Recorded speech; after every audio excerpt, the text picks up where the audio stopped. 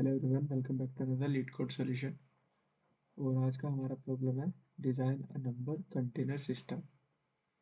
तो ये एक मीडियम लेवल प्रॉब्लम है और काफ़ी इजी है। जैसे हमने कल वाला क्वेश्चन किया था दो हैश मूव का इस्तेमाल करके, तो यार मैंने ऐसे किया है। देखो क्या करना है इसमें। Design a number container system, एक नंबर कंटेनर सिस्टम डिज़ाइन करना है दैट कैन डू फॉलोइंग, जो ये काम कर सके। सबसे पहले इंसर्ट और replace a number at a given index in the system. हमें क्या करना है, देखो इतनी बात तो समझ में आ रही है कि कुछ इंसर्ट करना है, कुछ रिप्लेस करना है। ठीक है भाई। Return the smallest index for the given number in the system. Smallest index return करना है। आंसर का भी हमें पता चल गया क्या चीज़ करनी है। अब देखो समझो, इसमें क्या दे रखा है। एक तो हमें कंस्ट्रक्टर दे रखा है नंबर कंटेनर, और दूसरा में ये दो फंक्शंस दे रखे हैं, एक तो वॉइड चेंज और वॉइड फाइंड। अब देखो इनका क्या क्या काम होगा। इंसर्ट और रिप्लेस वाला काम जो है वो ये वाला फंक्शन करेगा, वॉइड चेंज, और रिटर्न वाला काम मेरा ये वाला फंक्शन करेगा, फाइंड। अब इसको एग्जाम्पल टेस्ट केस से समझो। देखो यहाँ पे इनपुट में दे रखा है नंबर कंटेनर। नंबर कंटेनर ये कंस्ट्रक्टर ही है ना। तो कंस्ट्रक्टर कॉल होगी तो वो नल वैल्यू रिटर्न करेगा, जैसे यहाँ पे कर रखी है। अब फाइंड, देखो फाइंड में क्या हो रहा होगा, मैं यहाँ पे समझाने की कोशिश करता हूँ। यार एक काम करते हैं, यहाँ नहीं समझते, चलो यही समझते हैं। तो यार ये काम भी तो नहीं करता ना। तो भाई देखो, ऐसे समझो। फाइंड का क्या मतलब है। देखो फाइंड फंक्शन कॉल होगा, फाइंड में नंबर जाएगा मेरा 10। अब ये क्या फाइंड करेगा, ये फाइंड करेगा कि यार 10 जो है, 10 नंबर जो है वो कौन से इंडेक्स पे है। तो देखो अभी कोई इंडेक्स नहीं है, अभी हमने कोई भी वैल्यू इंसर्ट नहीं करी। ठीक है। तो 10 जब किसी इंडेक्स पे है ही नहीं तो रिटर्न -1। ठीक है भाई। अब देखो दूसरा दूसरा है हमारा चेंज। चेंज का मतलब है कि ये चेंज वाला फंक्शन कॉल होगा। ठीक है। तो यहाँ पे दे रखा है कि सेकंड इंडेक्स पे 10 जाएगा। पहले इंडेक्स जाएगा फिर नंबर जाएगा ना। तो सेकंड इंडेक्स पे 10 जाएगा। तो 10 पहले फाइंड किया, 10 है ही नहीं हमारा उसके अंदर। फिर क्या हुआ, सेकंड इंडेक्स पे 10 चला गया। ठीक है भाई। अब दूसरा हमारा सेकंड इंडेक्स पे 10 चला गया तो इसके लिए भी नल कॉल हुआ। दूसरा चेंज, फिर से चेंज हुआ तो फर्स्ट इंडेक्स पे 10 चला गया। देखो क्या हो रहा है यहाँ पे, क्या हो रहा है, इंसर्ट और रिप्लेस, यानी वैल्यू रिप्लेस कर सकता है। अगर देखो इधर का ना, fill the container at index with the number if there is already a number at list number at that index. अगर उस इंडेक्स पे पहले से कोई नंबर है तो हम उसे रिप्लेस कर देंगे, और अगर नहीं है तो उसको इंसर्ट कर देंगे। ठीक है। अब देखो यहाँ पे हाँ, यहाँ तक हो गया था ना 1, 10 पे। तो 1 इंडेक्स पे भी 10 चला गया, फिर दोबारा चेंज आया, 3 इंडेक्स पे भी 10 चला गया, फिर दोबारा चेंज आया, 5 इंडेक्स पे भी 10 चला गया, फिर आया फाइंड। अब देखो 10 को फाइंड कर रहे हैं हम दोबारा से। अब 10 को जब हम फाइंड करेंगे तो हमें मिलेगा कि यार 10 तो अलग अलग इंडेक्स पे है। एक 2 पे है, एक 1 पे है, एक 3 पे है, एक 5 पे है ना। तो ये जो इंडेक्स है ना, इनमें से जो स्मॉलेस्ट इंडेक्स होगा, इस इन चारों इंडेक्स में जो जो स्मॉलेस्ट इंडेक्स होगा ना 10 का, वो रिटर्न हो जाएगा हमारे इस बार। तो देखो इन चारों इंडेक्स में से क्या है स्मॉलेस्ट इंडेक्स, 1। तो ये 1 इधर आ गया आंसर में। अब दूसरा देखते हैं, दूसरा फिर से चेंज आया, है ना। चेंज आया तो भाई चेंज के लिए हमने 1 पे 20 डाल दिया। तो पहले 1 पे 10 पड़ा हुआ था, हमने क्या किया, 1 पे 20 रिप्लेस कर दिया उसे। ठीक है। फिर आया भाई हमारा चेंज आया था लास्ट, हाँ, हमारा फिर से फाइंड आया। अब देखो इस बार फाइंड क्या कर रहा है, दोबारा से 10 फाइंड कर रहा है। तो देखो 1 पे तो चला गया 20 भाई, है ना, 1 तो चेंज हो गया। अब 10 के पास क्या क्या इंडेक्स बचे, एक तो 2 बचा, एक 3 बचा, एक 5 बचा।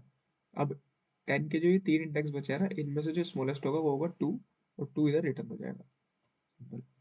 अब आई होप यार क्वेश्चन प्रॉब्लम स्टेटमेंट अच्छे से समझ में आ गई होगी, है ना। अब मैं बताता हूँ कि यार इसको किया कैसे जाए। ठीक है, मैंने कैसे किया, तो देखो सबसे पहले नंबर कंटेनर जो था हमारा कंस्ट्रक्टर, उसके लिए तो नली कॉल होना था। ठीक है भाई। तो इसका मतलब इसके अंदर तो कुछ लिखने वाले हैं नहीं हम।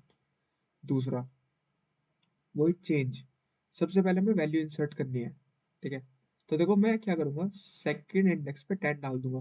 तो ये थोड़ा मैप वाला दिख रहा है ना सिस्टम, जैसे हमने कल किया था। तो सेकंड इंडेक्स पे वैल्यू डाल देंगे, फर्स्ट इंडेक्स पे ये वैल्यू डाल देंगे, थर्ड इंडेक्स पे ये वैल्यू डाल देंगे। ठीक है।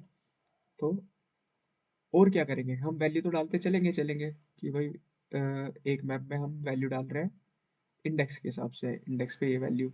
और एक एक और मैप बनाएंगे जिसमें हम लोग क्या करेंगे कि जो वैल्यू होगी ना, मतलब जो नंबर होगा, हाँ जो नंबर होगा उसके कोरस्पॉन्डिंग क्या क्या इंडेक्सेस है, जैसे 2 है 1 है, तो 10 के कोरस्पॉन्डिंग क्या क्या इंडेक्सेस आ जाएगा, 2 आ जाएगा, 1 आ जाएगा, 3 आ जाएगा, 5 आ जाएगा, है ना। तो ये सब डालते चलेंगे। और देखो एक चीज और पकड़ने की है यहाँ पे कि जब मैं वैल्यूज डाल दूंगा 2 1 3 और 5, है ना, तो क्या होगा, 10 पे मैंने ये वैल्यू डाल दी 2 1 3 5। अब इनमें से मुझे स्मॉलेस्ट चाहिए, तो स्मॉलेस्ट निकालने के लिए हम कौन से डेटा स्ट्रक्चर का यूज कर सकते हैं, भाई इन चार वैल्यू में से स्मॉलेस्ट निकालने के लिए हम कौन कौन से डेटा स्ट्रक्चर्स का यूज कर सकते हैं। एक तो हम सेट का इस्तेमाल कर ले, है ना, या क्यू का इस्तेमाल कर ले। तो मैं सेट से बताऊंगा, ठीक है। अब देखो क्या करेंगे हम लोग, सबसे पहले अपना जो इंडेक्स के कोरस्पॉन्डिंग जो वैल्यू है वो वाला मैप बनाते हैं। तो वो मैप होगा मेरा कुछ इस तरीके से, सॉरी यार ये क्या हो गया, इसको रिप्लेस करते हैं, एक सेकेंड, कुछ गड़बड़ हो गई।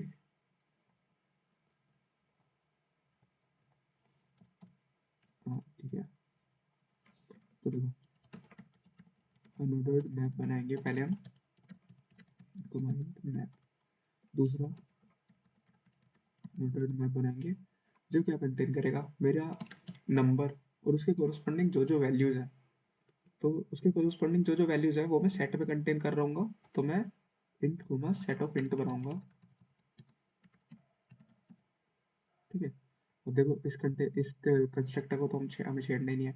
अब चेंज करते हैं वैल्यू। तो देखो चेंज फंक्शन मेरा क्या क्या परफॉर्म करेगा, चेंज मेरा परफॉर्म करेगा इंसर्ट और रिप्लेस। अब देखते हैं कैसे करेंगे, देखो इफ मैप डॉट फाइंड, अगर मुझे वो इंडेक्स मैप के अंदर पहले से मिल गया तो रिप्लेस करनी है वैल्यू, है ना, not equal to map dot end, पहले से मिल गया तो देखो वैल्यू रिप्लेस करनी है।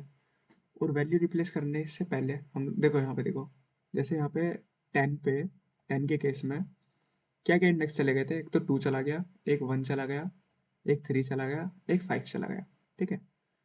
अब फिर यहाँ पे आया कि यार 1 20, तो 1 को जो ये वैल्यू जो है 2 की वैल्यू 10 थी, है ना, 1 की वैल्यू 10 थी, और यहाँ पे आया 1 20, तो 1 की वैल्यू को अब हमें 20 करना है, तो रिप्लेस करना है ना।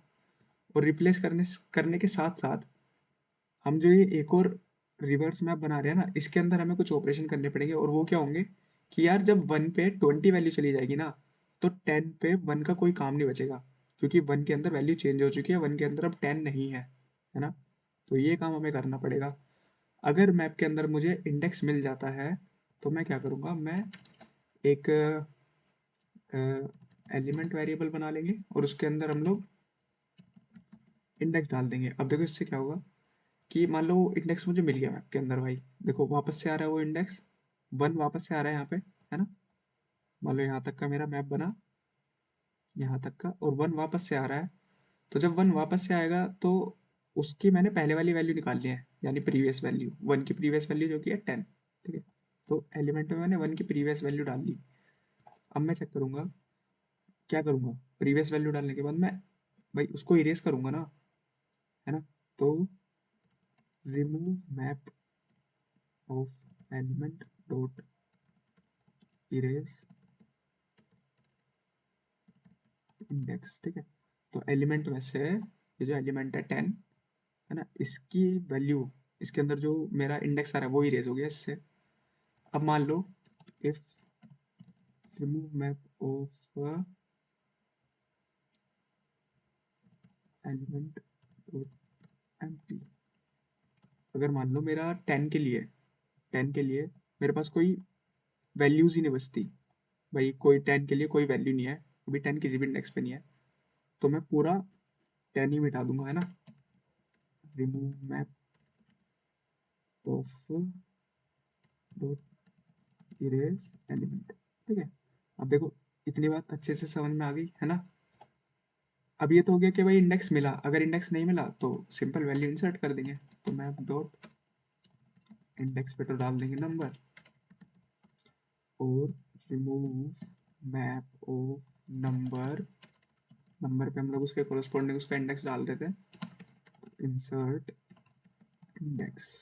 ठीक है, अब देखो रिप्लेस और इंसर्ट वाला सिस्टम ने यहाँ पे देख लिया ये फंक्शन कैसे लिखना है। हमने मैप बनाए, ठीक है, इतनी बात समझ में आ गई होगी यार, बहुत ही इजी तरीके से करना है, जितना इजी हो सके, है ना। मैं इस प्रॉब्लम में 2-3 बार टाइम लिमिट एक्सीड खा गया। तो देखो अब क्या करना होगा, अब फाइंड करना है। तो फाइंड किसके अंदर कर रहे होंगे हम, फाइंड हम रिवर्स मैप के अंदर करेंगे, है ना।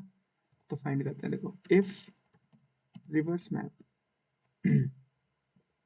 If reverse map of dot find, find हम लोग क्या करेंगे, नंबर फाइंड करेंगे। अगर मान लो नंबर मुझे नहीं मिलता, नंबर मुझे मिला ही नहीं भाई कहीं भी, है ना। मतलब जैसे 10 था, मैं इस 10 को ढूंढता रह गया और ये कहीं भी था ही नहीं, जैसे यहाँ पे सबसे पहले 10 को फाइंड किया और 10 मिला ही नहीं कहीं भी, तो रिटर्न क्या कर देना, -1, रिटर्न कर देना -1 अगर ये कहीं मिला ही नहीं।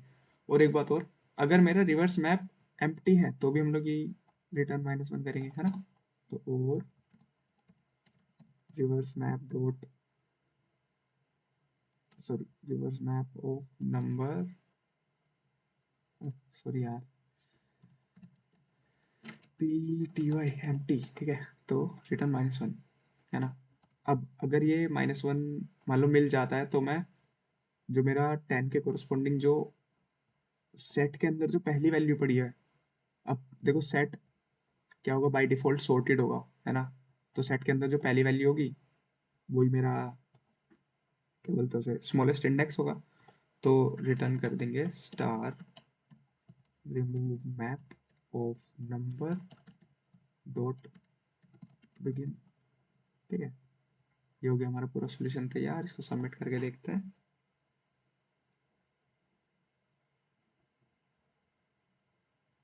और यार ये सॉल्यूशन एक्सेप्टेड है। थैंक्स फॉर वॉचिंग, मिलता हूँ आप लोगों से अगली वीडियो में, बाय बाय।